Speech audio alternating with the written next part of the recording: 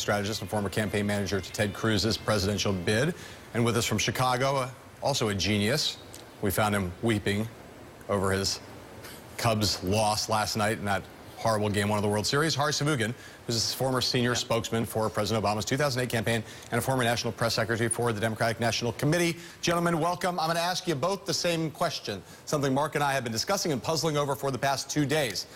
Jeff, I'll start with you. This new AP poll, not inconsistent with a lot of other national polls, has Hillary Clinton up by 14 points nationally. And yet on the same day, Bloomberg Politics, as one example of many battleground polls, shows the Florida race tightening and Trump only back by 2. So how do we reconcile the wide lead that Hillary Clinton has in the national polls with the much tighter state of affairs in the battleground states? Well, it's political malpractice to have a national poll 2 weeks out from an election.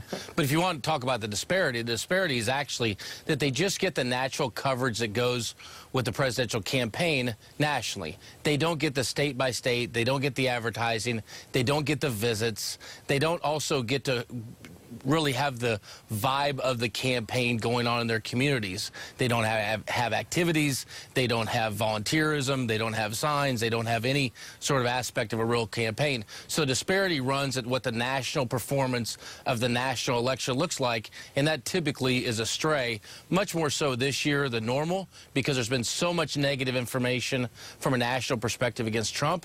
But these state-by-state polls are all close, all margin of error, in every state that Donald would need to win. Hari, same question to you, my friend. Yeah, look, I think the polling is always going to be a greater disparity on the national level than in some of the swing states. That's why they're swing states to begin with. What I'm really looking at now, though, is more hard data that isn't as volatile, and that's the early vote numbers.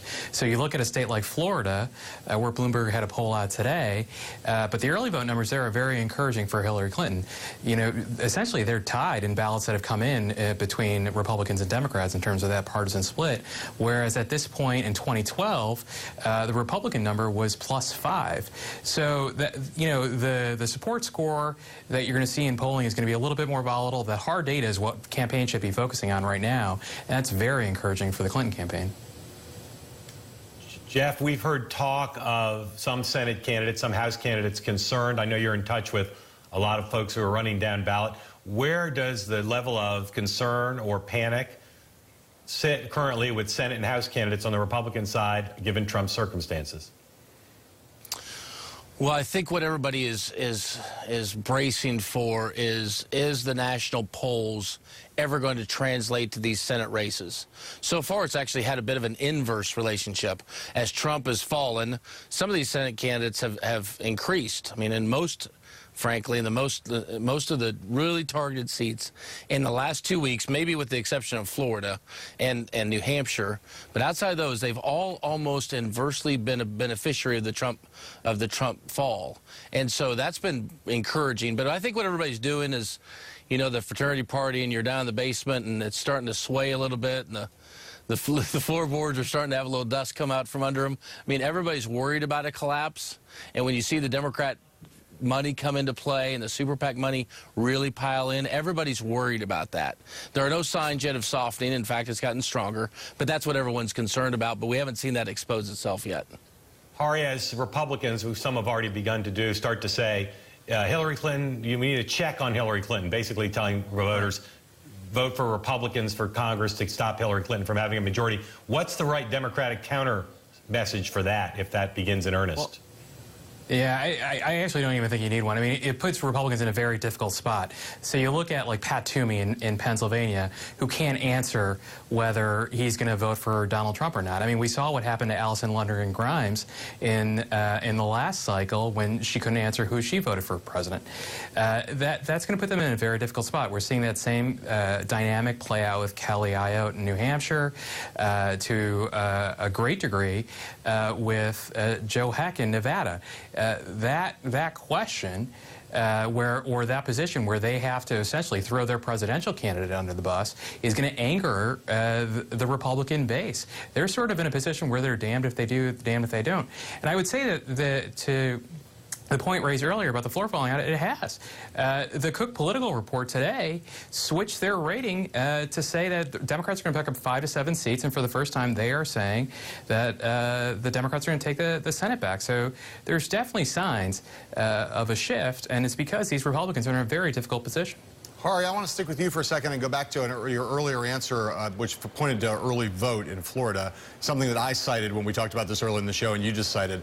Is there any reason, obviously every campaign would like to bank votes. That's always, you'd rather bank the votes than be able to work on getting more new votes. But my question for you is, at this moment, is there any concern on Democrats' part that there's a lot of Democratic early vote right now because of a kind of sense of catharsis? The notion that, Democrats have been itching to vote against Donald Trump for so long that they're rushing into the early vote, but that that may not end up being any different in terms of the raw totals when we get to Election Day. Yeah, I don't think we're cannibalizing our Election Day vote at all. And what I think this is really a result of, I do think that there is this enthusiasm, certainly, and you were seeing it in states where we hadn't necessarily expected it. So, we're looking at early vote numbers in Harris County, Texas, and Dallas County, Texas, that are through the roof. In Travis County, where Austin is, it's up 100% compared to 2012. That's enthusiasm. That's just raw enthusiasm.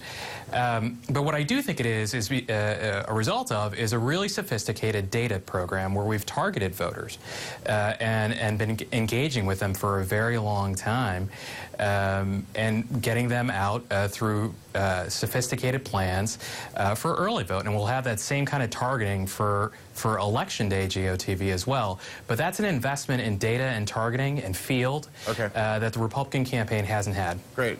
Jeff, let me ask you the last question here. There are 4 states, traditionally red states, where Hillary Clinton is now, looks like she's inside the margin of error. Georgia, Texas, Arizona, Utah. Which of those 4 states should Donald Trump be most worried about? Arizona would be the one. I mean, Arizona has been soft for quite some time, all the way through the general election. And that is a place where the early vote can manifest itself in a real way. And so I think another stop there, maybe sending Pence there. Utah's going to come around. They're going to be fine. Texas is a pipe dream. They're just cannibalizing the Election Day vote. And Democrats are just voting earlier. Yeah. It doesn't mean there's energy. Republicans, nationally, there's been 8 million people vote as of today, and more Republicans have voted than Democrats. So I don't think that's the case. But Arizona is a place I would watch, particularly with the Hispanic population growth there since 2012. I would keep an eye on that state. Okay. Jeff Rowe, Hari Sevugan, thank you both. Always a pleasure to have you on the show. You're both really smart. We'll have next a campaign surrogate showdown here and everywhere else.